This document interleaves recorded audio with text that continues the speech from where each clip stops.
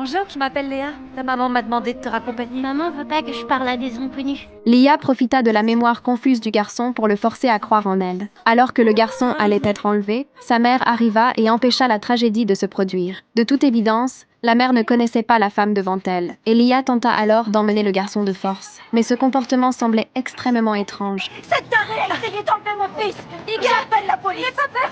N'aie pas peur, mon chéri, lâchez-moi. Elle m'a volé mon fils. Face aux questions de la police, la vérité finit enfin par éclater. Je pensais avoir enterré mon fils. Il est toujours en vie. Vous prenez pour une dingue. Les policiers lancèrent immédiatement une enquête sur l'affaire. Après avoir résumé tous les indices, elle obtint la réponse. Mais ensuite, elle s'apprêtait à mener une action folle. Il est 8h07 du matin et nous allons exhumer la tombe de Mika Hamilton, dans l'optique d'obtenir un échantillon ADN.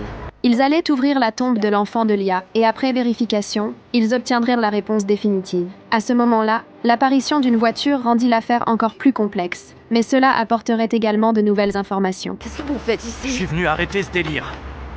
C'est une tombe de bébé que vous déterrez. Gary, écoutez, c'est la seule façon d'en être sûr. Non, j'en suis sûr. Ma sœur est cinglée et apparemment c'est contagieux. La policière sembla comprendre quelque chose, et Gary savait qu'il devait empêcher que tout cela se produise. Mais la mission qu'ils avaient acceptée devait être exécutée, et ils découvrirent une vérité encore plus cruelle. Je vous appellerai quand on aura les Vous résultats. n'aurez aucun résultat. Pourquoi? Le cercueil est vide. On ne savait pas comment dire à ma sœur. Le feu, ça avait... Il restait rien à enterrer. La brutalité de la vérité coupa le souffle à la policière, tandis que Lia attendait avec impatience des nouvelles. Lorsqu'elle apprit par la police que ce n'était pas son enfant qui se trouvait à l'intérieur, un sourire apparut sur son visage. Il n'y avait rien. Le cercueil était vide. Il contenait juste la photo d'un magnifique bébé. Apparemment, après l'incendie, il restait plus rien à enterrer. Il n'y avait rien parce que mon fils n'est pas mort. Il n'est pas mort dans l'incendie. Cette femme l'a enlevé.